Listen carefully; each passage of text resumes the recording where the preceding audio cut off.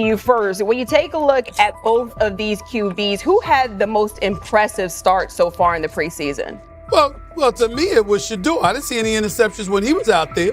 Didn't see anything like that. I mean, don't get me wrong. I don't think Deion Gabriel did a bad job. I was impressed with the brother, but I'm going to go with Shedeur. You know, the pressure was on him. The spotlight was on him. Stephen A. Smith didn't just call out Deion Gabriel. He held him accountable and made him rethink his comments. The moment Deion Gabriel spoke and went after Shedeur Sanders, it wasn't a minor slip. He crossed the line and stepped directly into Stephen A. Smith's wheelhouse. And Smith answered with a clear, direct response that left no room for misinterpretation. The comparisons were emanating from the media more so than anybody else. And that's what I think, that's exactly who I think he was directing his comments towards. Having said that, Deion Gabriel, respectfully, it was stupid. A very dumb comment to make. First of all, let me tell you something right now. In every walk of life, far beyond the parameters of a football field. This wasn't casual sports commentary, it was a decisive critique. Deion Gabriel's comments were taken apart by Stephen A. Smith with clear, direct points. Gabriel, a quarterback with solid stats but limited top-level achievements, chose to take a public shot at Shedeur Sanders. Shedeur, who has handled sustained media scrutiny and on-field expectations, became the target of an unnecessary criticism. Smith responded by challenging Gabriel's standing to make that claim, and by defending Sanders on the facts. The outcome was clear. Gabriel overreached, and Sanders didn't deserve the hit. Deion would sit up here in comparison to Shedeur Sanders, who did no such thing, and say, hey, thought he looked better. I got to give him the edge here. I thought it wasn't bad. A pick six and a fumble, and we can get over fumbles. Have you heard anybody say that? I know it's possible. Have you ever heard anybody say, we get over? Stephen A. Smith responded immediately. As soon as Deion Gabriel made his comments about Shedeur Sanders, Smith delivered a clear, point-by-point critique that drew national attention across the NCAA media cycle. Deion Gabriel has a reputation as a good quarterback, not a dominant one. He can post strong numbers against opponents like Tulsa, but his performance has been inconsistent when the stakes and competition rise to playoff level. Well, those who produce get treated differently than those who don't. What he said echoes the mentality of all of America practically, and most certainly the world, as we see things being globalized more and more every day. It was a stupid, idiotic, immature comment, because clearly you were feeling the heat because a lot of people was talking about how Shedeur should be QB. Deion Gabriel is a capable quarterback, but not a standout. Even so, he chose to talk down to Shedeur Sanders, a quarterback who has navigated constant scrutiny and pressure and still represents the future of a program that was struggling before he arrived. The comparison was weak. The criticism was unnecessary. Stephen A. Smith recognized that and dismantled Gabriel's argument with a clear, direct response. How the Browns react to this, how the locker room reacts to this, how Shedeur reacts to this, because it was a clear shot at Shedeur. But let's say Deion Gabriel's talking about the media. How could you be a brand new quarterback in the NFL and the first time you get behind a mic after your first game, you throw the media under the bus? That's arrogance. Stephen A. Smith excels in moments like this. When Deion Gabriel made his remarks about Shedeur Sanders, Smith responded with a focused, direct critique. He questioned Gabriel's standing to make that claim, noting that Gabriel has transferred between programs and has not been a Heisman finalist. Without theatrics, Smith laid out why Gabriel's resume doesn't justify taking public shots at Sanders. Smith's point was clear. Targeting Shedeur Sanders, a quarterback central to his program's future and consistently under intense scrutiny, was misplaced. Gabriel's criticism lacked the substance to support it, and Smith methodically showed why. Content today on his 42nd I want you to be meaner. Birthday. That's number one. Number two, after the game, the Browns head coach Kevin Stefanski said there was a mix-up in the routes and that players were in the area that they shouldn't have been. Look at Stephen A's face. Look at Stephen A's face.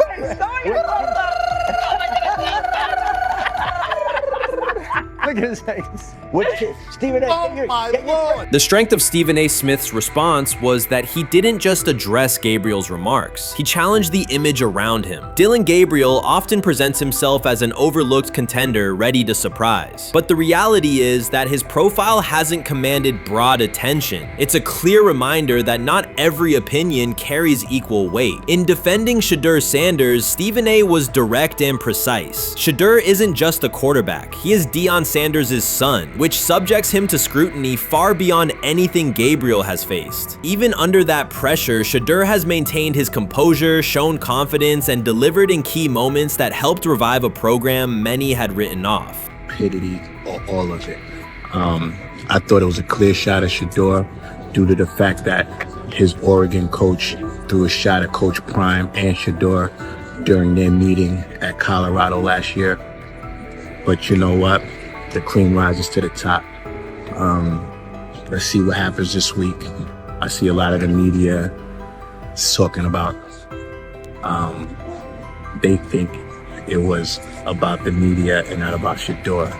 And I think that's a chess move. For Dillon Gabriel to take shots at Shedeur Sanders was a miscalculation. Stephen A. Smith made the mismatch clear. Gabriel's attempt to shame Sanders was unnecessary and counterproductive. You don't target Deion Sanders' son when Deion has turned Colorado into primetime television. It underscored that Dillon Gabriel has often played with a chip on his shoulder because the spotlight hasn't followed him. He has been around long enough to compile numbers but not to earn broad respect. That's why going after Shedeur was misguided. Sanders, despite ups and downs, drives headlines. Gabriel's most notable headlines have been his transfers. Stephen A. Smith pressed that point without hesitation, challenging Gabriel's standing and leaving his argument looking like a forced throw that turns into a pick six.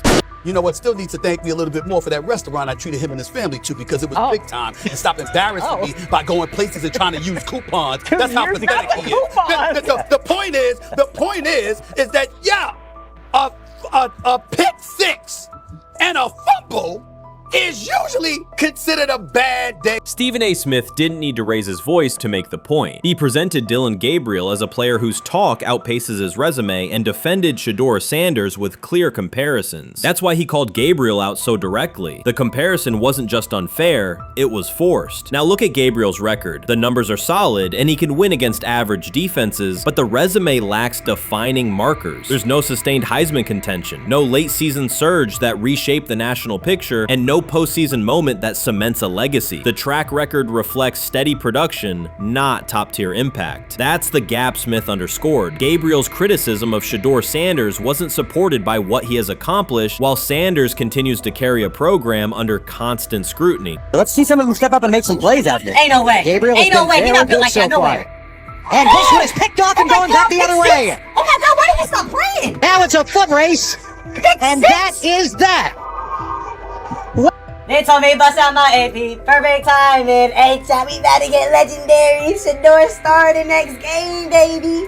Shout out Dillon though, you know what I'm saying? Bro, I love you, my heart. What am I bigger than cheese, bro? You know what I'm saying? But Shedeur got it. Shedeur Sanders is a national brand who draws viewers for both performance and result. Dillon Gabriel's attempt to diminish him read as resentment. And Stephen A. Smith called out the insecurity and lack of awareness directly. Colorado under Deion Sanders is prime time, and Shedeur sits at the center of that spotlight. If Gabriel expected the sports world to agree while he took a shot at Shedeur, he misread the moment. Smith dismantled the argument and questioned the credibility behind it. Gabriel will move on. He'll keep playing, give interviews, and have fans, but this exchange will trail his media profile as a reminder of a misstep. It's a clear example of a resume that doesn't justify taking public aim at a quarterback carrying that level of scrutiny and responsibility. For the Cleveland Browns preseason game today is that the way that some white folks watched Shedeur Sanders last week is the way that some black folks were watching Dillon Gabriel today. And it's not Dillon Gabriel for Dillon Gabriel's sake. Most folks don't have a problem with Dillon Gabriel. It's what he represents, which is the disrespect of a black person for no other apparent reason than they are a confident black person. Dillon Gabriel thought he was aiming up. Instead, he was placed back among quarterbacks who are good but not great. Stephen A. Smith made the central point. Dillon Gabriel doesn't shape the conversation. Sports are about narrative as much as numbers, and Gabriel's story doesn't move the culture, while Shedeur Sanders does. Smith highlighted that contrast clearly. By the end, Gabriel's credibility had taken a measurable hit. The critique was decisive and sent a broader message to any player considering public shots at Shedeur Sanders. If you step into that debate, you will be held to a higher standard and your resume will be tested. Dillon Gabriel learned that the hard way. While much of the NFL community attended the ESPYs in Los Angeles, Shedeur Sanders spent the day in Cleveland with families recovering from a residential explosion. He did not seek cameras or a red carpet appearance. He chose to be present in a neighborhood working through loss. Weeks earlier, an explosion at the Rainbow Terrace apartments in the Garden Valley neighborhood displaced more than 100 residents. Local officials reported that 42 families were left without housing. A father suffered burns over most of his body and remained in a coma. His 2 young children were hospitalized in critical condition. The damage extended beyond structures. Families lost possessions, stability, and routine. Cleveland City Council member Richard A. Starr described the moment as a family fighting for its future. Outside of local reporting, national attention was limited. Sanders decided to go to the site, meet residents, and help organize a day focused on relief and connection. The decision drew questions almost immediately. Some asked why he was not at the ESPYs, others questioned his motives. Sanders did not respond with counter-arguments. He explained simply that he felt an obligation to be present and that he would act on that conviction. This was not a team-scheduled appearance. He promoted the gathering himself, arrived without ceremony, and spent the day with residents. His approach emphasized listening, participation, and time. The event, which he called the Garden Valley Fun Fest, brought a large turnout over several hours. The purpose was straightforward: create space for families to reconnect and for children to play, even as recovery work continued. Sanders threw passes with kids on the blacktop, joined in games, and spoke with parents and grandparents about what they were facing next. He moved through the apartment complex and common areas with minimal staff support. Browns defensive lineman Michael Hall Jr. attended and interacted with residents as well. There were no speeches or staged moments. The focus remained on residents and their needs. Questions about visibility persisted as photos and short clips circulated online. Some criticism framed the visit as a substitute for a higher profile appearance in Los Angeles. Sanders kept to the same message. The priority was to support a neighborhood coping with displacement and uncertainty. He did not present the choice as a protest of any event. He presented it as the correct use of his day.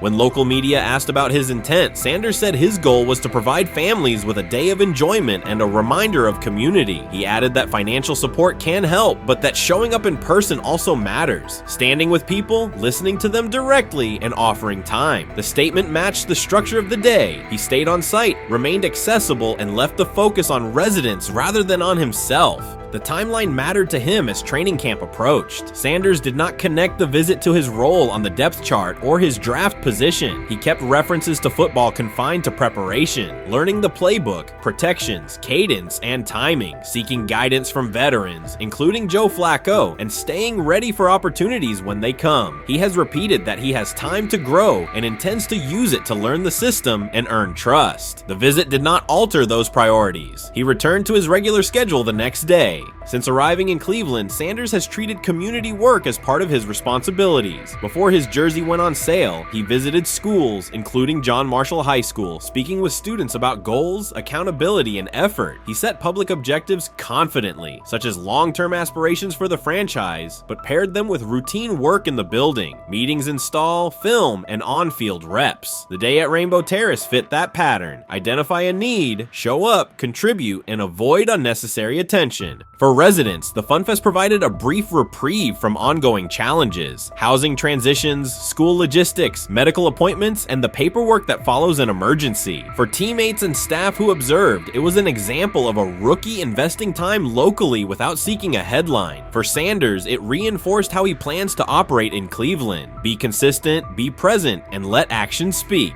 The setting at Rainbow Terrace underscored the scale of recovery ahead. Families described the first weeks after the explosion: nights in temporary housing, efforts to replace clothing and essentials, coordination with agencies and community groups. Sanders moved from group to group, speaking with parents about their immediate needs, greeting elders who came to watch the activities, and encouraging kids who wanted to throw a football, run races, or take a photo. He kept the schedule flexible so residents could arrive and leave as they were able. Community partners and volunteers handled tables for supplies, simple games, and refreshments. There were no sponsor banners or organizational pitches. Residents organized as they usually do, checking on neighbors, guiding children, and sharing updates. Sanders' role was clear: participate, make time, and listen. The presence of a recognizable player brought energy, but the purpose remained practical: create a normal afternoon in a place that had not felt normal since the blast. Online reaction covered the full range of opinion. Some posts praised the decision and the event's tone. Others questioned why a rookie would skip a high-visibility awards show.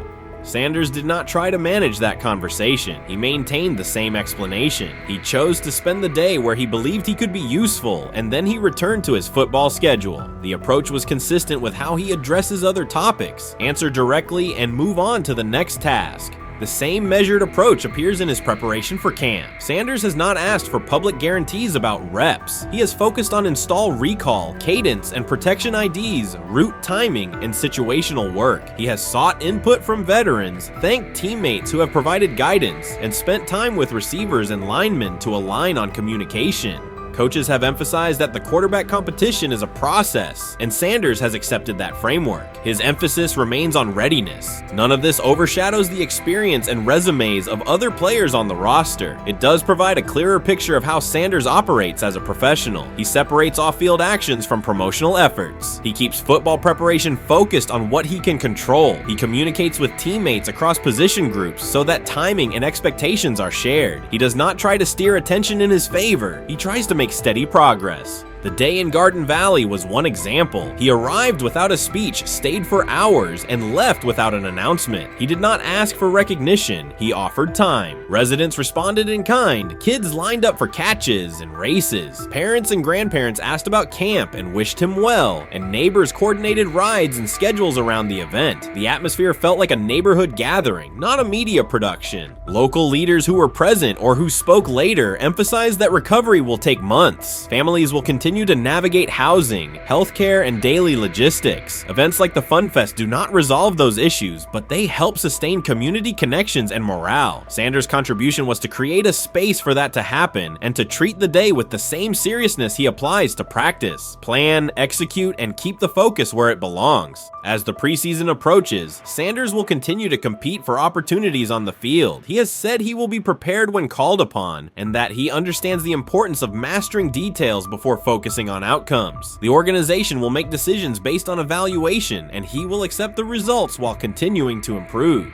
The off-field choices will remain consistent, identify needs in the city where he lives, and contribute in direct, practical ways. The core elements are simple. A neighborhood suffered a significant loss. Residents faced immediate and ongoing challenges. A rookie quarterback chose to spend a day there, without a press conference, without a schedule of talking points, and participate in a community-led event designed to give families a break and remind children that play still has a place. He provided presence, not a headline. He listened more than he spoke. He returned to work the next day. In a league and media environment that often prioritize visibility, Sanders made a different choice. He kept attention on people, not optics. He placed value on time spent in person rather than on appearances. He continued to build trust in the locker room and in the city through steady conduct rather than declarations. That approach, measured, direct, and consistent, will shape how he is viewed in Cleveland as much as any public statement could. The outcome of his football career will be decided on the field by installations learned, reads made, throws delivered, and games played. The outcome of his role in the community will be measured by smaller, quieter moments. Afternoons like the Fun Fest, school visits, and unannounced stops where listening matters more than being seen. For Cleveland residents at Rainbow Terrace, the takeaway from that day was straightforward. Someone who represents their team showed up, stayed, and participated without fanfare. For Sanders, it was the same. Do the work in front of you, whether that is a practice period or a neighborhood event, and keep the focus on the people who are affected most.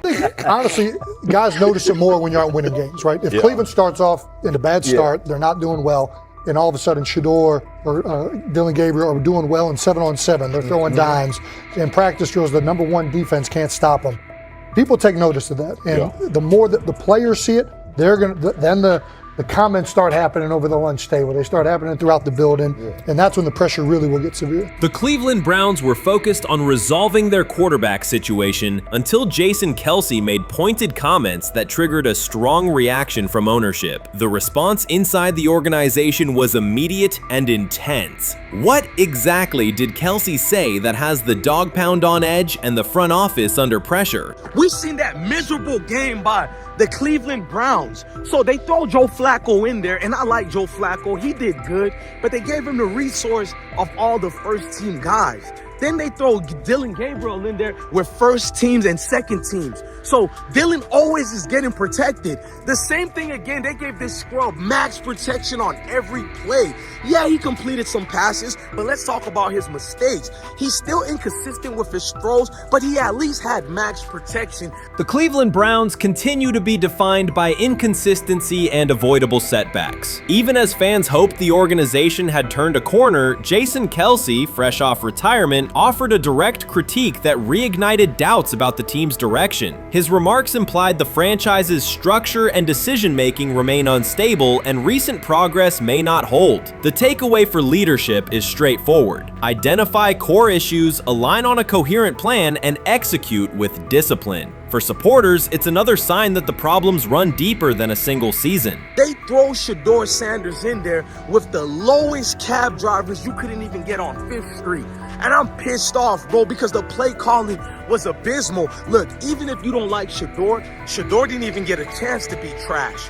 Even if you think Shedeur is garbage, he didn't even get a chance to be garbage. That's how awful the offensive line was. Kevin Stefanski still doesn't want to give Shedeur second strings and first strings reps. Why is that? Browns ownership's response shifted from measured to urgent. The pattern is familiar in Cleveland. The team once treated Johnny Manziel as a franchise solution, retained Hugh Jackson for a second year despite results, and invested heavily in Deshaun Watson through a costly trade and contract. These decisions reflect aggressive but poorly aligned planning. The outcome has been continued instability instead of sustained progress.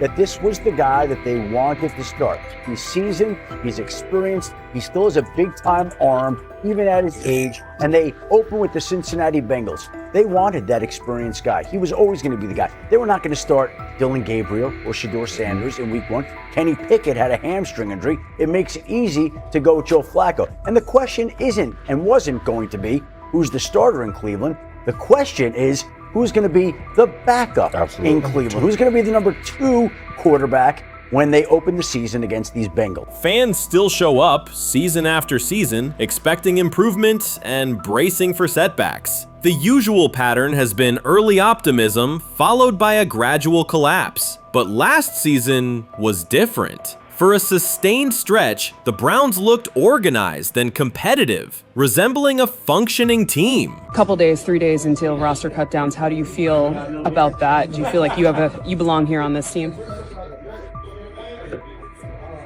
Obviously, I think overall as a player, I feel like I put in the work. I feel like everything I do, I try to do it to my best, and that's all I ask for. So I feel like everybody feels like, they should be on the team, and if you ask anybody on the team, would they feel like they belong, in their own eyes. So I feel like I do, but I'm my own player, I think about myself in a high regard. The front office entered the offseason confident. Kevin Stefanski was being praised and the Dog Pound believed the team had made real progress. Then Jason Kelce delivered a pointed assessment that cut through the optimism. Fresh into retirement, the former Eagles All-Pro and Super Bowl champion said Cleveland still looks like a team patching over issues rather than building a durable contender. Kelce's view was direct. The Browns' structure is fragile, and the roster is too dependent on perfect health at quarterback. He argued the team is one injury away from losing continuity and sliding backward. Because Kelce has operated inside a stable, championship-level organization, his comments carried weight with players, media, and fans. The reaction was immediate. People took his critique seriously, not as outside noise, but as an informed evaluation of how a successful team should be built. Ownership also felt the impact. Jimmy Haslam's response shifted to urgency, a sign that leadership recognizes the stakes.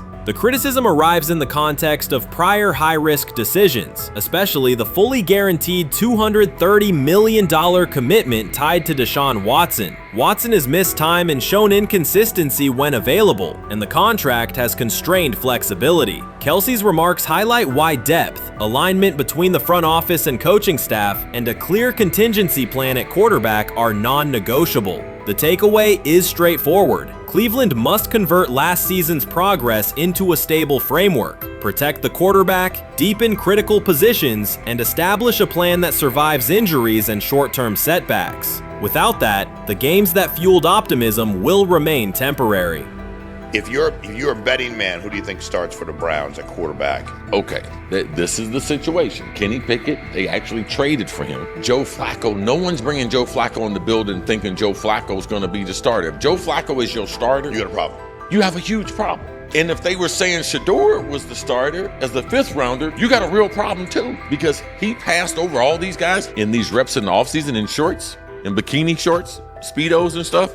Like, no, that kind of stuff. So I'm not that surprised. When you put down a 3rd round pick on a quarterback, you do believe he has a certain skill set. Jason Kelce stated the obvious. Cleveland committed to a quarterback who hasn't played at an elite level in years, and Joe Flacco's playoff run didn't change the long-term outlook. Ownership appeared more upset that the criticism was public than by the substance of the critique. Many fans agreed. They've seen this pattern before. Rosters age, injuries are inevitable, and when a single contract dominates the cap, one setback at quarterback can undermine the entire season. Kelce's broader point was about structure. The Browns prioritized the high-cost, uncertain starter over depth and contingency. The late-season surge masked issues that remain: limited cap flexibility, thin depth at key positions, and an offense that lacks a credible Plan B. Fans recognize how quickly a strong defense can decline with injuries, and how an offense without redundancy stalls. The AFC North raises the stakes. Baltimore with Lamar Jackson sustains a top standard. Cincinnati with Joe Burrow returns to contention when healthy. Pittsburgh rarely slips below .500 under Mike Tomlin and wins with defense and consistency. In that environment, Cleveland can't rely on perfect health or peak form from one player. The path forward is clear. Diversify cap allocation, reinforce the offensive line and receiver depth, carry a legitimate backup plan at quarterback, and install a scheme that functions regardless of who is under center.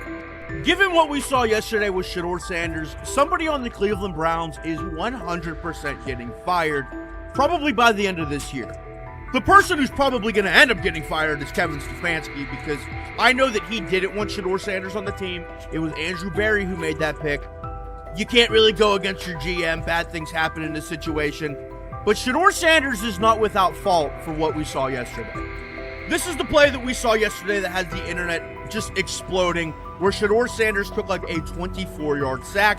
Half of the internet is saying that this is all Kevin Stefanski's fault. Cleveland showed progress last season, but the underlying concerns remain. Jason Kelce highlighted them directly. The Browns' long-term plan is fragile, cap-constrained, and overly dependent on perfect health at quarterback. His comments focused attention on structural issues, roster depth, continuity in coaching, and a sustainable offensive approach, rather than a single hot streak. That criticism resonated because it reflected what many around the league already see. Ownership's reaction underscored the sensitivity. Jimmy Haslam has presided over frequent coaching and quarterback changes, and external scrutiny carries weight when it comes from a respected veteran with championship experience. Kelce's remarks reinforce that last year's Joe Flacco stretch was a short-term solution, not a foundation. The team still needs a durable plan that can withstand injuries and inconsistency. The practical takeaway is clear: stabilize the system, diversify cap usage, and build depth at key positions so the offense functions regardless of who is under center. That includes a coherent development pathway for younger talent such as Shedeur Sanders, with defined practice reps, protection, and scheme alignment. Kelce didn't say anything outrageous. He articulated the gap between a brief surge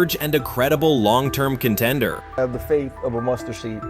Right, because this is the greatest resurrection since Jesus the Christ. Right, like at some point, Joe Flacco was thinking about getting into TV. Yeah. Right, Joe Flacco didn't have a job, and then now you not only come back and start for the Cleveland Browns late in the 2023 season, but they came back around to you. You're now the day one starter for a franchise that just 2 years ago was in the playoffs. The Browns' quarterback situation remains unsettled. Deshaun Watson was expected to be the long-term answer, but injuries and inconsistent play have prevented him from reaching an elite level. When the team turned to Joe Flacco after Watson's season deteriorated, Flacco immediately lifted the offense and produced results that highlighted the gap between expectations and reality. That a 39-year-old late addition could outperform a 230 $30 million starter was not just a short-term surprise, it raised fundamental questions about roster construction and evaluation. Quarterback depth has been fragile, and the late-season surge masked broader structural problems. Jason Kelce's remarks made that clear. Cleveland is vulnerable if the starter is unavailable, cap flexibility is limited, and the offensive plan lacks a stable contingency. His critique drew attention to leadership and planning as much as on-field performance. Jimmy Haslam's strong reaction reflects the pressure on ownership.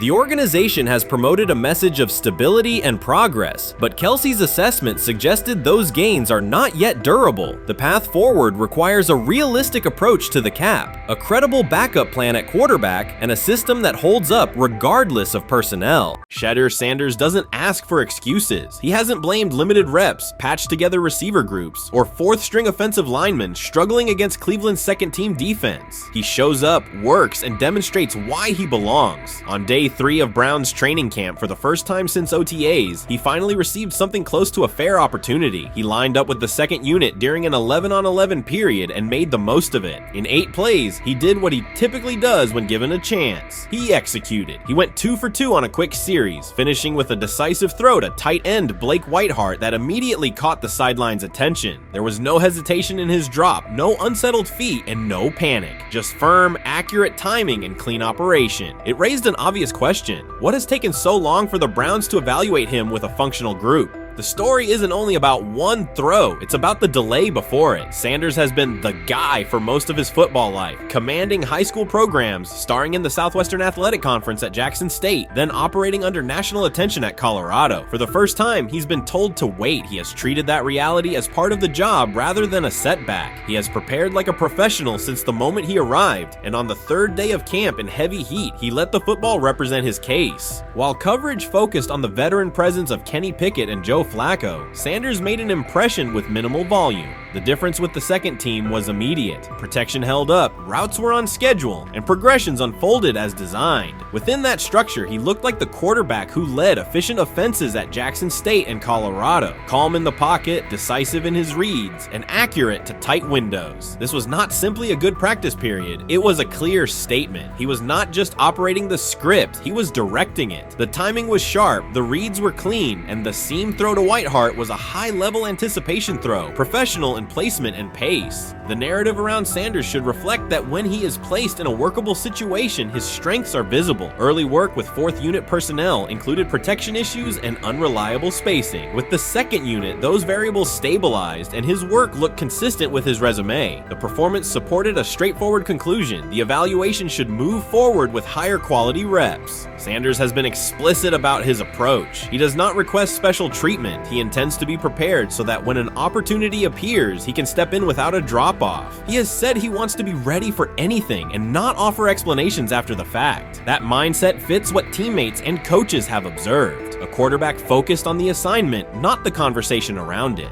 The conditions were demanding: relentless sun, heavy humidity, and a practice tempo that stressed decision-making. Many players fatigued as the session wore on. Sanders did not show signs of rushing reads or forcing the ball. He managed the pocket, reset his base when necessary, and continued to deliver on time. The path he has taken, HBCU starter in the SWAC, then Power 5 starter under constant attention, has prepared him for compressed evaluation windows. He has been under scrutiny for years. The heat did not change his process. He moved defenders with his eyes, anticipated breaks, and stepped into throws with balance. The crowd was not chanting his name, and there were no ovations. That was irrelevant to the task. He is focused on the locker room and the staff, and he is building credibility the same way he did at previous stops, by being reliable when the ball is snapped. Quarterbacks coach Bill Musgrave has emphasized ignoring external noise and keeping attention on install, footwork, and timing. Sanders is familiar with the dynamic. He has been followed by cameras and commentary since his early teens. He has experience living with attention and still adhering to routine. Under heat, with a narrow set of snaps and multiple decision points, he stayed composed and effective. 2 speeding citations, 91 miles per hour in Brunswick and 101 miles per hour in Strongsville, became national items. General Manager Andrew Berry characterized the decisions as not smart and stressed that it's not only about driving fast, but about the safety of others. Sanders accepted responsibility, stated that he learned from the incidents, and said he would follow the rules. The attention to those citations did not alter his daily schedule or his practice preparation. He arrived early, stayed engaged, and kept the discussion centered on work. Away from the field, he spent time at Rainbow Terrace in Cleveland after a significant apartment fire, distributing supplies and checking on families affected by the incident. There was no formal media rollout around the visit. It was an instance of direct engagement with the community without publicity attached to it. That reflects the same approach he shows inside the building. Do the work first. Sanders treats each rep as if it might be his last for the day and his only chance to show a specific element on tape. He prepares for protections, cadence variations, route adjustments, and timing with a level of detail that compresses the learning curve. When he is not under center, he studies coverages from the sideline, charts plays, and reviews video before and after practice. He writes down the next day's calls so he can anticipate checks. He has reference using virtual simulation tools to replicate snaps he does not receive physically. That is not a passive stance, it is an active attempt to reduce the distance between classroom and field. He is building relationships across the roster, not just with projected starters. He communicates with defensive backs to understand what they see and how they react to certain stems. He spends time with offensive linemen to align on cadence and protection calls. He connects with newer players away from the facility so that communication improves in practice. That is practical leadership, consistent, low visibility work that becomes obvious when the ball is snapped and the operation is smooth. 3 days into camp, a central question remains. Why hasn't he taken a first-team rep? Flacco has seen work. Pickett has seen work. Dillon Gabriel has been cycled in. Sanders has remained behind all three on the depth chart while producing efficient periods when provided stable support. Head coach Kevin Stefanski has not publicly detailed the plan for distributing first-team snaps among the quarterbacks. When asked, Sanders answered that it is not his place to comment on rotation decisions. That response aligns with his day-to-day conduct, respectful, professional, and centered on the next assignment. The staff is managing a room with a Super Bowl MVP, a former first-round pick, multiple rookies, and a new set of combinations on the offensive line. That creates a set of decisions about exposure, pacing, and evaluation windows. Within that context, Sanders has presented a clear case for additional evaluation. He has shown he can execute the offense as designed when the variables are standard. Musgrave has a long-standing connection with the Sanders family through his time as a teammate of Deion Sanders in San Francisco. That familiarity supports direct communication. It does not guarantee anything about the depth chart, but it does help streamline teaching, feedback, and expectation setting. Inside the defensive back room, veterans such as Denzel Ward have provided perspective on timing, leverage, and eye discipline that Sanders has incorporated into his preparation. He is operating without the immediate family structure that defined his college environment. Away from his brother Shiloh and his father Deion, he is managing his own housing, nutrition, recovery schedule, and all the smaller tasks that accompany an NFL routine. Those adjustments matter because they influence consistency across a long camp. He has treated those responsibilities as part of the job rather than distractions, which is reflected in a steady daily approach. What he showed on day 3 with the second unit was not a surprise to those who have tracked his prior work. It was a continuation of a profile, efficient sequencing, clear timing, and consistent ball placement when protections and routes hold up. The 8-play period was short, but it was enough to reinforce the point. He doesn't need a large sample to demonstrate baseline operation. He needs a fair sample to test ceiling and adaptability. There is also the matter of perception. Public attention concentrated on the speeding tickets and the general manager's response. Less attention fell on the preparation, the efficient period with the second team, or the community engagement at Rainbow Terrace. That imbalance is common in training camp narratives. Sanders has handled it by keeping his answers simple and his focus on football. He has not tried to redirect the conversation. He has done his work and waited for additional reps. The objective next step is straightforward. Expand the evaluation with higher unit personnel and standard opponents. That does not require a complete reshuffling of the depth chart. It requires allocating a defined sequence of first-team snaps so that timing with starting receivers and protections with starting linemen can be measured on tape. The staff can then compare operation speed, accuracy under pressure, red zone decision-making, and 2-minute mechanics against the other quarterbacks. That is the most direct way to clarify the competition. None of this dismisses the experience or track records of the veterans in the room. It emphasizes that the purpose of camp is to test assumptions with current performance. Sanders has provided enough evidence with the second unit to justify a broader look. He has shown that the pace of his feet matches the pace of his eyes, that he can hold safeties with his shoulders, and that he can drive intermediate throws without float. He has also shown discipline to take the clean completion rather than force the vertical shot when leverage dictates otherwise. Every day, he has addressed the controllable items, meetings, note-taking, install recall, cadence management, and post-practice review. He has not asked for public guarantees. He has asked for an opportunity to compete on comparable terms. The 8-play sequence with the second unit was a small but clear example of what he can do when those terms exist. The staff's communications have been measured. Stefanski has not laid out a schedule for first-team rotations publicly. Barry addressed the speeding incidents directly and emphasized standards for decision-making off the field. Sanders accepted the criticism, adjusted his behavior, and moved forward. Those are the relevant facts. What remains is a football evaluation that can only be completed by giving him snaps with the top group and measuring the results. If that evaluation occurs and he performs at the level he showed with the second unit, the conversation will shift from potential to placement. If it does not occur, the question will persist through camp. Why not test the full picture? Sanders has built a case based on preparation, poise, and execution. He has demonstrated leadership by building relationships across the roster. He has shown maturity in handling external issues directly and moving on. He has given the staff reasons on the field and in the building to continue the process.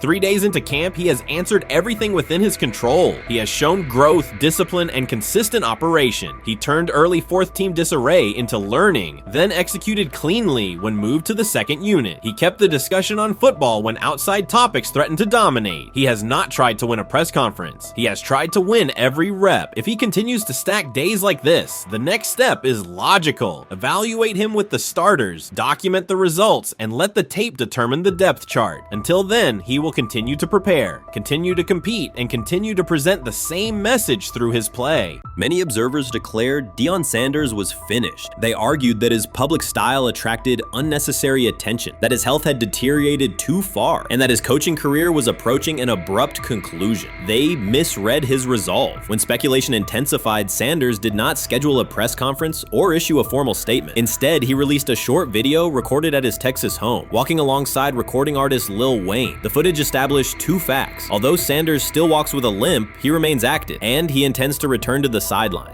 Reports from USA Today and ESPN confirm that Sanders had temporarily left Colorado to recover from a significant, undisclosed medical condition. He lost 14 pounds and missed several summer practices, leading to widespread debate about his future. Unofficial sources suggested complications related to previous blood clot issues, but no official diagnosis was provided. Throughout Sanders' absence, numerous media outlets framed his situation in crisis language, frequently questioning whether he would coach again. By comparison, when coaches such as Lincoln Riley paused their duties for health or family reasons, coverage emphasized understanding and patience, an imbalance that reflects a common difference in how high-profile black coaches are treated. Sanders' silence was not a retreat, it was a period of recovery. During rehabilitation, he relied on family, faith, and trusted colleagues, yet stayed connected to his program through brief online updates. The video with Lil Wayne demonstrated that he retained strong support from influential friends, countering narratives that portrayed him as isolated or on the verge of retirement. The visual evidence showed that his setback is temporary,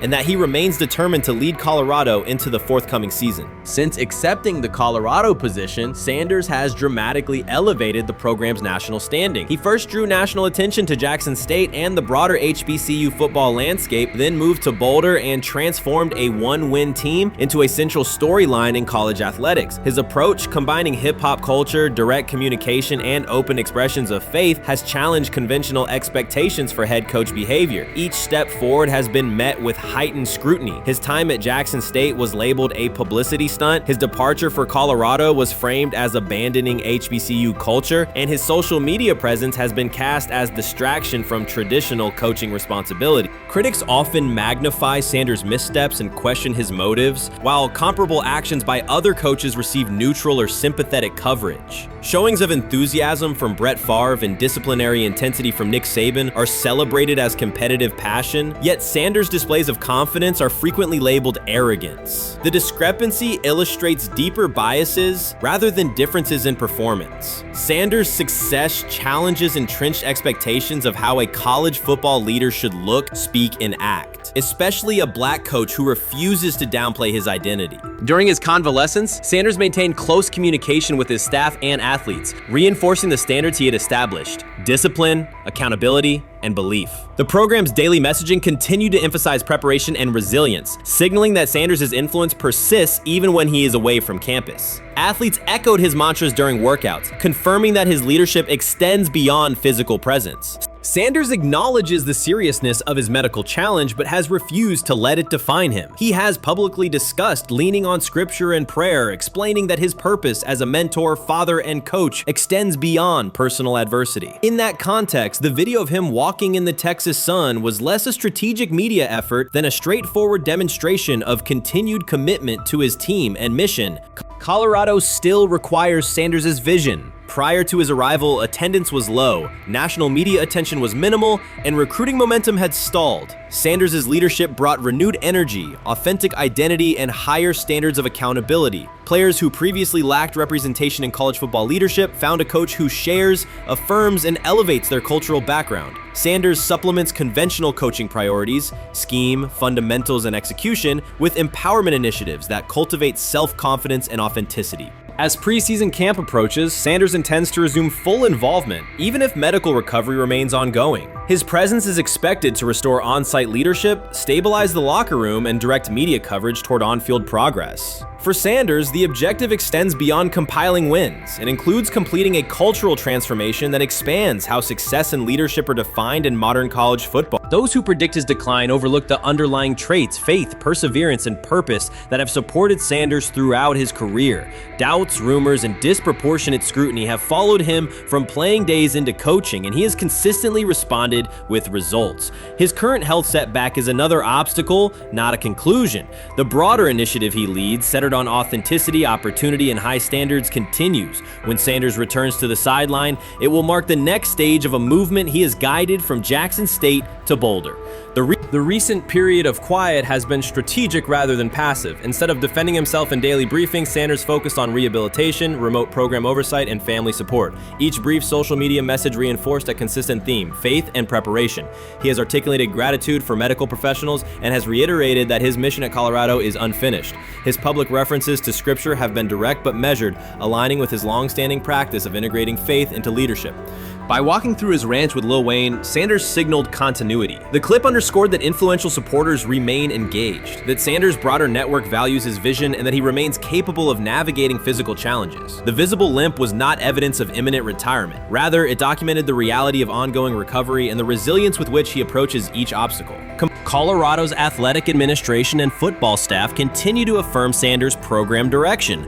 Recruitment communications cite his established record in fostering cultural relevance and national exposure. Prospective athletes respond to a coach who presents a transparent path to development, both on and off the field. Current players refer to Sanders' coaching points with clarity, citing specific drills and expectations that remain unchanged during his absence. These indicators demonstrate that the core structures Sanders implemented are functioning, and that his return will be an amplification, not a restart. Criticism regarding Sanders' public persona often conflates media style with coaching substance. Analysis from opponents suggests that social media engagement dilutes football preparation, yet Sanders' staffs emphasize time management and delegation. Defensive and offensive coordinators handle in-game adjustments, while Sanders directs overall culture, recruitment, and leadership. He has articulated that visibility serves to amplify program accomplishments and enhance player opportunities, not replace strategic football planning.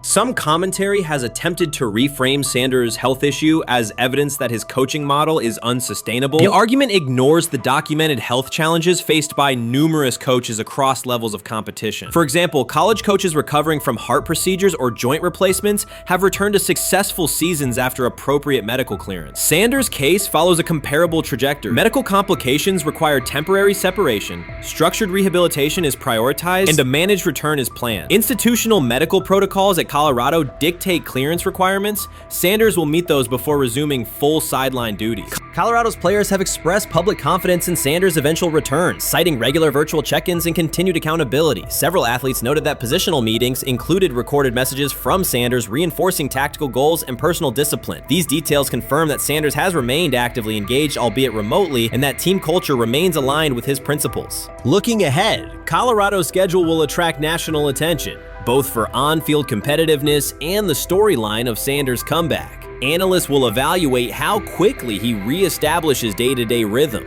and whether his physical limitations influence practice oversight. Internal planning accommodates gradual escalation of responsibilities, with medical staff and strength and conditioning personnel contributing to phase reintegration. The broader significance of Sanders' return extends beyond Colorado. His visibility continues to challenge prevailing narratives about leadership styles and pathways in college athletics. By prioritizing authenticity, open articulation of faith, and cultural expression, Sanders offers a contrasting template to more conventional models. His eventual recovery and sideline presence will reinforce the argument that diverse leadership profiles can succeed in elite collegiate competition. In summary, rumors of Deion Sanders' coaching demise were premature. Verified reports confirm a substantial but temporary medical setback. He used the time away to focus on health, sustain program engagement, and rely on a support system anchored in family, friends, and faith. His recent public appearance demonstrated active recovery and reaffirmed his intention to resume leadership in Boulder. The forthcoming season will test Colorado on the field, but it will also underscore the durability of Sanders' vision, one that combines competitive ambition with cultural resonance. Observers who continue to question his longevity overlook the resilience and purpose that have defined his career. Sanders' return is imminent, and the movement he leads remains intact. When he led college football in completion percentage and he threw almost 40 touchdowns for over 4,000 yards, how tall was he? Because they make it seem like he shrunk all of a sudden, RC. Oh, how lively was his arm? Because all I know is somebody did that. Somebody threw for over 4,000 yards, somebody threw for almost 40 touchdowns, and somebody led college football in completion percentage. Now, I'm trying to figure out, what I try to figure out all the time, Mel, is how a guy that hadn't played football in almost 5 months. Shannon Sharpe has publicly defended Shedeur Sanders and criticized those questioning him. Sanders has earned higher recognition and some fans are responding negatively. Although there's debate about whether he belongs on a second team list, Sharpe maintains that Sanders' career is clearly ascending. Reactions on social media are mixed. Some users are angry, others are surprised, and a few say they anticipated this result. The conversation remains active. When reports confirmed that Shedeur Sanders had been elevated from second team to near top tier status, Shannon Sharpe issued an emphatic response. He delivered a detailed rebuttal to critics, underscoring why Sanders deserved the promotion and directly challenging those who doubted the decision. I don't think that he was underprepared during these meetings. I don't believe any of these stories that he showed up arrogant and that he was bombing his interviews. I mean, you watch the film, he's on time, he's on point. You watch his interviews, he answers like a 10-year NFL veteran. Like, he's clearly dominating OTAs. It's every single day there's a new report of how well he's doing for the Browns in OTAs. And I mean, you can say what you want, it's just OTAs. Okay, if that's your new narrative, then he's doing exactly what he needs to be doing. He's on point, he's on time, he's getting the respect of his teammates, and he's making plays. So we're gonna see years down the line, something's gonna come out that I don't know what exactly it was, but something will come out. Critics have been waiting for an opportunity to dismiss Sanders. They labeled him overrated, accused him of benefiting from nepotism, and claimed his profile came only from his last name and polished image. Within their own echo chamber, they cited every game in which he fell short of huge passing numbers as validation of their doubts. Since Sanders has begun receiving formal recognition, criticism has escalated. A wave of self-appointed analysts is dissecting his throwing mechanics and team role, and many online commentators now argue that his promotion reflects deeper problems within the sport. Shannon Sharpe rejected each criticism directed at Shedeur Sanders. During the broadcast, he turned a routine segment into a detailed examination, acting as presenter, interrogator, and fact-checker. Sharpe walked viewers through game film, season statistics, and scouting reports to show why Sanders merited his recent promotion. Whenever a panelist claimed Sanders had not earned the role, Sharpe countered with completion percentages, efficiency ratings under pressure, and documented late-game drives that changed outcomes. He stressed that the backlash was driven less by on-field evidence and more by reluctance to revise earlier opinions. Sharpe argued that critics were upset not because Sanders lacked qualifications, but because his progress contradicted their initial narrative. By the end of the discussion, Sharpe had moved past simple defense and reframed Sanders as a clear example of performance-based advancement, demonstrating that early predictions can be wrong. Never heard of no Deion Gabriel or Tyler Shock. What the hell is that? So how is Shedeur Sanders going behind them? I'll tell you how. Collusion. 4 different times they passed on him. How the hell does that happen? 4 rounds. It doesn't happen to a quarterback. We've never seen anything like this before. Shedeur Sanders with the watch. Shedeur Sanders with his bravado. Shedeur Sanders with this supposed arrogance or whatever. Shedeur Sanders' advancement did not happen by chance. While detractors questioned his resume online, he continued to prepare, attend every practice, and deliver accurate throws under pressure. The contrast between his output and the complaints directed at him has been stark. Some critics even argued the selection committee was, quote, biased toward performance, as if rewarding strong play were improper. Rumors quickly followed. Certain commentators speculated that a public relations push from the Sanders family must have influenced voters, suggesting everything from coordinated media strategies to alleged favors for coaches. None of these theories addresses the basic point. Sanders earned his promotion through consistent production, poise in the pocket, precise ball placement, and efficient decision-making. Shannon Sharpe highlighted these facts during his response. He noted that Sanders' performance metrics justify the recognition and emphasize that resistance to the move stems more from prior prejudice than from substantive evaluation. For Sharpe, the goal was clear: present the data, challenge unfounded claims, and correct the narrative. The discussion therefore became a broader statement about acknowledging merit and abandoning outdated assumption. Colin Cowherd defend college basketball coaches who have gotten a DUI, come to their defense and say they didn't need to be fired, that they deserve a second chance.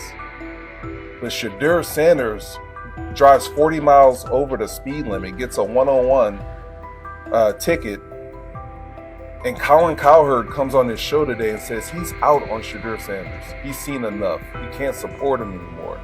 He can't be in the Shedeur Sanders camp because of the speeding ticket. Shannon Sharpe addressed commentators who portray constant doubt as expertise. Those who discount strong performances with "we'll see," but declare bust after a single mistake. He noted their belief that progress only counts if an athlete visibly struggles. Sharpe's response was methodical rather than emotional. He presented evidence, cited statistics, and calmly refuted each claim. Following his remarks, several critics began revising or deleting earlier posts, recasting themselves as longtime supporters of Shedeur Sanders despite having questioned him for months. Sharpe insists on accountability, naming specific individuals and dates while requesting public acknowledgement of prior errors. He argues that analysts cannot spend months undermining a player's potential and then quietly adopt a supportive stance once the athlete succeeds. These are serious, big-time, top-of-the-line playmakers that they have. If you can go 45 to 42 in the fourth quarter because your quarterback set the school record with 510 yards passing. He was flawless. Shedeur is big time. I didn't know for sure, will it translate to the next level of competition? Yes, it might translate to the next level of competition as he can play. Critics who once claimed Shedeur Sanders was unprepared now hesitate to acknowledge their mistake. They resist retracting earlier comments and struggle to accept that an athlete can succeed without their approval. Sanders continues to share practice clips and game highlights without engaging the debate, while Shannon Sharpe documents every dismissive remark, ready to revisit them on national television. The disapproval did not slow Sanders. It underscored his progress and exposed the gap between perception and performance. As a result, the conversation has shifted. Analysts who doubted him now describe him as undervalued and publish detailed evaluations of his mechanics and game management, suggesting long-standing familiarity with his career. In a matter of weeks, critics have recast themselves as advocates, demonstrating how quickly opinion can change when consistent results leave little room for doubt. Shannon Sharpe signaled that his commentary is not over. He considers Sanders' advancement a positive outcome for every athlete who has been overlooked or criticized for having confidence. Sharpe stressed that analysts do not have the authority to determine who deserves recognition based on personal preference. The reaction to Sanders' promotion, he argued, revealed how quickly opinions can shift once results are undeniable. Sharpe pointed out that many vocal critics became quiet when confronted with objective performance data. This exchange, Sharpe insisted, reached beyond defending a single quarterback. It challenged the practice of dismissing achievements that do not fit familiar narratives. He reminded viewers that success does not require external approval and that consistent talent will surface despite online commentary intended to minimize it. While critics reconsider their positions, Sharpe remains steady, assigning credit to the athlete and allowing the scoreboard to confirm the argument. In his view, the statistics speak clearly enough. Sharpe also emphasized that the intensity of the backlash must be placed in context. College football is a volatile environment where unexpected outcomes are common. Therefore, declaring failure based on incomplete evidence only weakens the credibility of sports analysis. The discussion underscored the need for measured evaluation rather than reactive judgment. Dak Jackson Yes. and him and everybody else that we Yes, talked to have agreed. said that Shedeur looks good. He looks really good. Yes. He looks better. And we got Zach that say Dillon Gabriel ain't even an NFL quarterback. It's true. We So how is it that this man can't get a rep with the ones, but that non-NFL 100%. quarterback can? We all what agree with sense does that, that yes. make? Some observers now claim that recognizing Shedeur Sanders' strong performance undermines football's traditional standards, even though they previously argued he received coverage only because of his father. Faced with Sanders' current statistics, those critics are searching for explanations that fit their earlier narrative. The data have always been clear. Their earlier objections ignored that fact. Shannon Sharpe is openly highlighting this reversal, comparing past negative remarks with Sanders' recent 400-yard games to demonstrate the gap between criticism and evidence. Sharpe did not force these commentators to backtrack. He simply displayed their earlier claims alongside Sanders' results, allowing the contrast to speak for itself. The rumors have ended. The decision is public. Cleveland Browns owner Jimmy Haslam has informed every level of the organization that unless an unforeseen injury intervenes, Shedeur Sanders will start at quarterback in Week 1. The announcement is not an informal suggestion or a quiet push in the background. It is a direct order. Multiple independent reports, amplified most visibly by Colin Cowherd, confirm that Haslam delivered the directive himself. From the owner's viewpoint, the logic is simple. No one else on the roster offers the same combination of talent, leadership, and long-term upside. Joe Flacco is approaching the twilight of his career. Kenny Pickett has shown flashes but remains inconsistent. Dillon Gabriel, taken in the 3rd round, is a developmental project. By contrast, Haslam believes Sanders can alter the franchise's trajectory immediately, and he refuses to allow internal hesitation to stall that possibility. The standoff traces back to April. General manager Andrew Berry and head coach Kevin Stefanski entered the draft wanting a low-profile prospect who would fit quietly into the existing depth chart. They prioritized scheme familiarity, modest public attention, and a clear developmental timeline. When the board lined up, they reached for Gabriel in round 3, reasoning that an early investment would justify keeping a rookie on ice behind the veterans. But Sanders continued to slide, first through day 2, then deep into round 5. Haslam watched the names come off the board, convinced the league's bias against Deion Sanders' outspoken son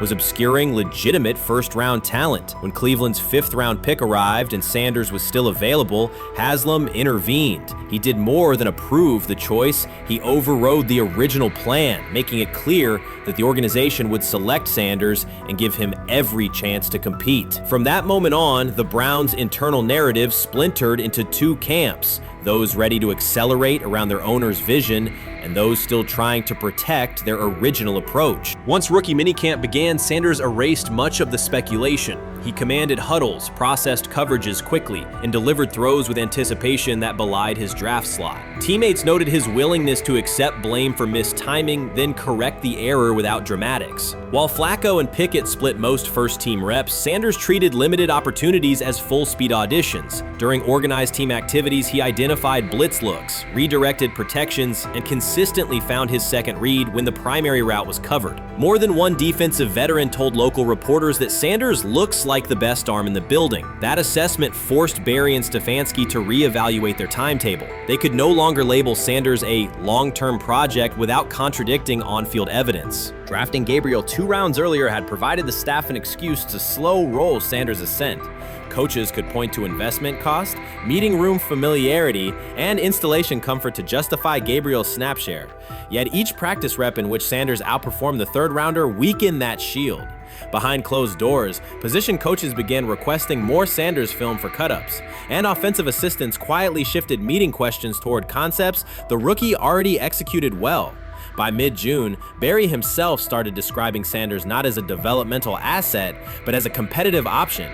Those subtle linguistic changes signal the front office's recognition that the narrative had moved beyond their control. Haslam's history with quarterbacks is well documented. His pushes for Johnny Manziel, Baker Mayfield, and Deshaun Watson were high-visibility swings, each driven in part by a desire to generate excitement as well as wins. Critics highlight those choices to question his evaluation track record, yet Haslam perceives Sanders differently. Where Manziel carried off-field concerns, Sanders brings a reputation for professionalism. Where Mayfield's leadership style divided veterans, Sanders' approach has united receivers and linemen. Where Watson's trade involved unprecedented controversy, Sanders arrived at minimal draft cost. Haslam sees a rare chance to capture star potential without mortgaging the future, and he is unwilling to cede that upside to cautious pacing. Cleveland supporters, weary of revolving door quarterbacks, have rallied around Sanders with unexpected speed. Sales of customized Sanders #2 jerseys surged within days of rookie rookie minicamp. Training camp ticket requests spiked once local media circulated videos of Sanders making NFL-caliber anticipation throws during 7-on-7 periods. The mood in Northeast Ohio has changed from tentative hope to active belief. Longtime season ticket holders who once shrugged at preseason storylines now debate Sanders' footwork at neighborhood barbecues. Social media engagement for Browns content has climbed, driven by highlight compilations of the rookie threading seam passes between linebackers and safeties. All of this places Kevin Stefanski in a fragile position. If he opens week 1 with a veteran starter and the offense sputters, criticism will be swift. Each stalled drive will be interpreted as evidence that he ignored the owner's edict and the fan base's intuition. Conversely, if he names Sanders the starter solely under pressure, any early struggles could be framed as proof that Sanders was rushed, further exposing Stefanski to blame. The only sustainable solution is conviction. Either stand behind a veteran with clear strategic reasoning or embrace Sanders fully and structure the offense around his strengths. Splitting the difference, rotating series, delaying first-team reps, or using vague competition language will satisfy no one and likely jeopardize locker room clarity. Sanders' personal approach has reinforced Haslam's confidence. Instead of taking post-draft downtime,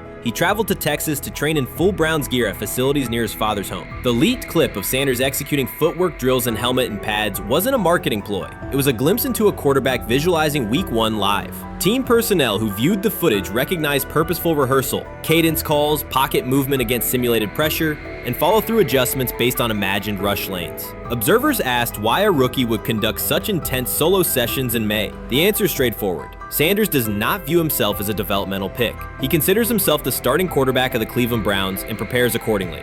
On pure ability, Sanders' arm strength ranks with the league average for starters. His accuracy to the intermediate middle, an area where the Browns' current scheme generates high leverage completions, has drawn consistent praise from receivers. The primary areas still under review are blitz recognition and live bullets and timing on deep outbreaking routes versus press coverage. Those developmental checkpoints are significant, yet daily practice reps show acceleration. In contrast, Flacco's mobility limits the boot action game that Stefanski installed to help Mayfield early in his tenure. Pickett can extend plays, but struggles to attack tight windows between linebackers and safeties, an essential requirement in Cleveland schematics. Gabriel remains an unknown at NFL speed. Thus, the competitive landscape favors Sanders sooner than the coaching staff originally planned. The franchise now stands at an inflection point. Haslam's mandate, the locker room's growing support, and the fan base's enthusiasm all tilt towards Sanders. The front office's earlier strategy, anchored in patience and quiet development, is increasingly untenable. Barry's shift in messaging indicates grudging alignment, but final authority over the depth chart rests with the coaching staff, unless ownership directly intervenes on game day decisions. A move rare but not unprecedented in the NFL. Should Stefanski align with the owner and name Sanders the starter before preseason concludes, he can claim proactive vision and tailor the offense through training camp. Should he resist and open with a veteran who falters, he risks rapid loss of credibility and possibly his position. Either path carries pressure, but only one aligns with the momentum sweeping through the building. For 2 decades, the Browns have cycled quarterbacks without securing a stable star. Each new hope, whether draft pick or trade acquisition, has collapsed under injuries, inconsistency, or organizational disarray. The possibility that Sanders could finally anchor the position is not merely a football storyline. It is a potential cultural reset for a fan base defined by resilience. Haslam's insistence reflects that awareness. Cleveland needs a leader who can win on Sundays and project confidence every other day of the week. Sanders has shown he can shoulder expectations without retreating from scrutiny. That trait, more than arm talent alone, is why the owner views him as indispensable. Voluntary workouts transition to mandatory minicamp next week. If Sanders receives a substantial share of first-team snaps, observers will interpret it as the staff's acknowledgement that the competition is tilting decisively.